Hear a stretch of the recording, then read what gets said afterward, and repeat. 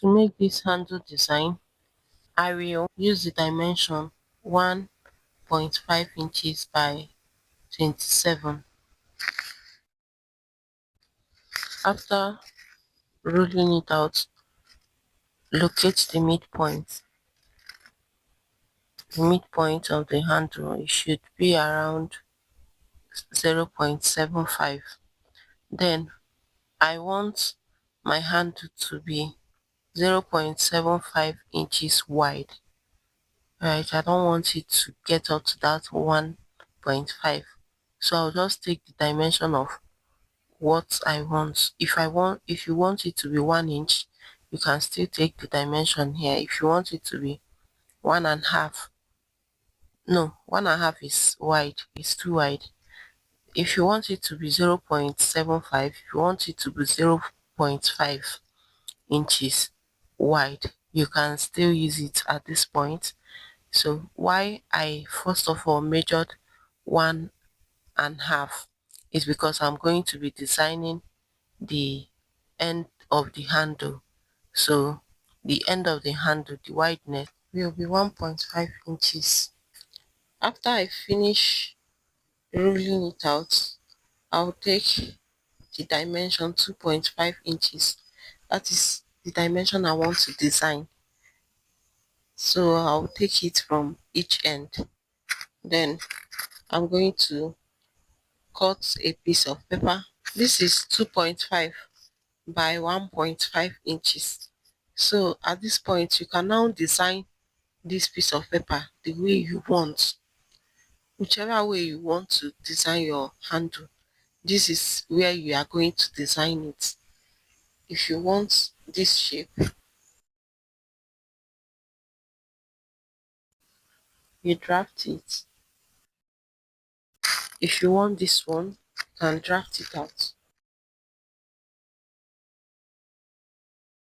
So if it is this oval shape that is trending, you can also draw it whatever shape at all you want. This is the point where you also be creative with your designs. You can create your own shape of handle, and at this point you can design it.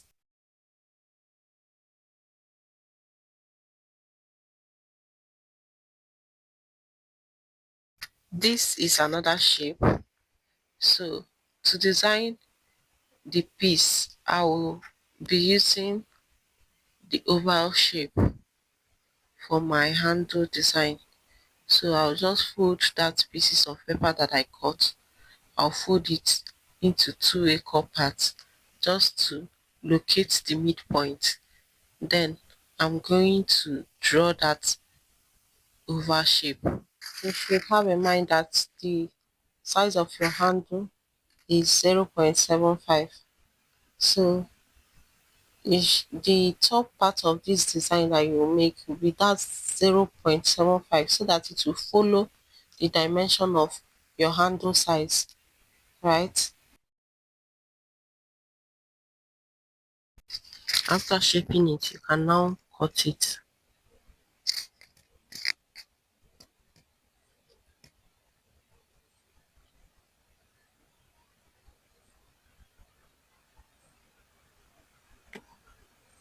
Then attach it to that part.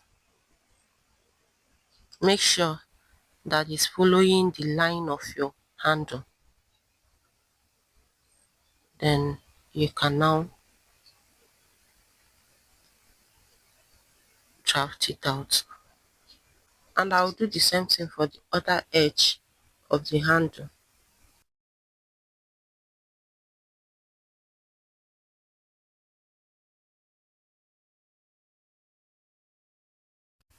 So this is how it will look after drafting out my pattern. This is how the pattern is going to look. Now, I'll place the pattern on my leather and I'll sketch out exactly the shape of that pattern and the size of the pattern without any allowance on my leather, and I'll do that in two places. Then I'll apply my gum, apply it gently on that shape that I drew out. Now I'm going to introduce a reinforcement that will prevent the handle from cutting easily. So you want to use your belt, 1 inch belt, just an ordinary belt, to reinforce it. Once you put this belt in between the handle will hardly cut. The handle will last for a very long time. So I will apply gum. This is 1 inch belt. I'll apply gum on it. You know that 1 inch, when I fold it, it will be 0.5 inches. I'll apply gum and then I'll fold it into two. I'll fold it this way. But if your handle is slimmer than this, than 0.75, you want to reduce the size of the belt, or you get a belt that is less than 1 inch. I don't know if there is a belt like that, but you can get a bias that is less than 1 inch, then fold it so that it will not pop out at the edges of your handle. Nobody will notice that there is something that is being added inside the handle. After folding it, apply another gum on it this way. Then cut out the handle that you drafted on your material, just one of it, not the two. You cut just one of it. And then you are going to place the reinforcement on the other one.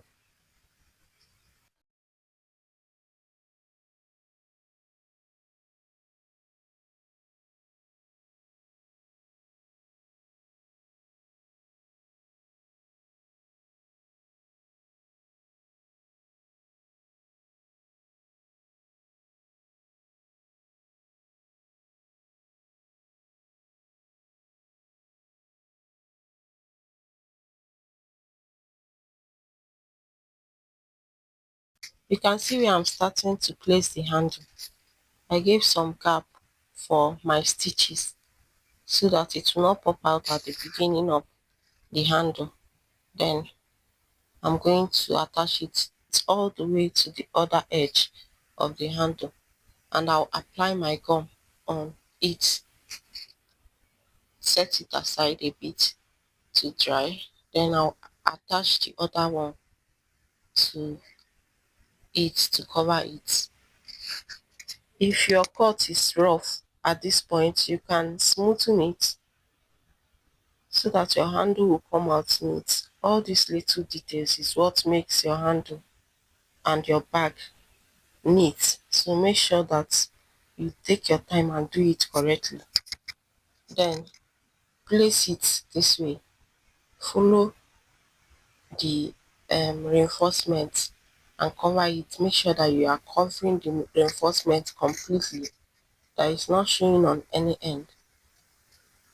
So that is basically how you create this type of handle. Now I'm going to cut out this material, but I will not follow the line of the handle to cut it. I'll just cut it out this way. I will not follow the line of the handle. Then I'll move over to stitching it. You know that V kind of shape that they normally stitch on this type of handle? I'm going to draw it. I'm going to draw it before I start to stitch it.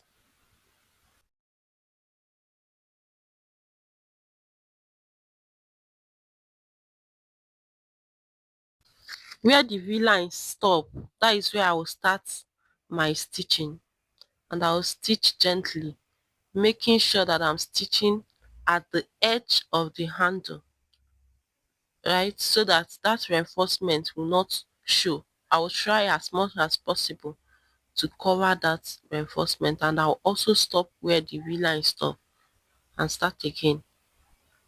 This is because we are going to attach the handle on the bag, and while attaching it we are going to stitch it on the bag, so we don't want the stitching to be double. We want it to come out neat. That is why I stop here. Now I'll cut the handle gently. Cut it gently and neatly. Make sure that you totally avoid step cutting at this point, because step cutting will spoil the neatness of your handle. So avoid step cutting. Cut smoothly. So this is my handle. This is how it looks. You can see that it's smooth at the ends. It's not rough.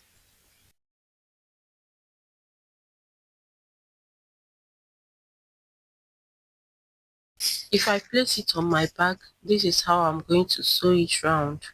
Then I'll also sew the V shape. And we can also apply edge coat to the handle.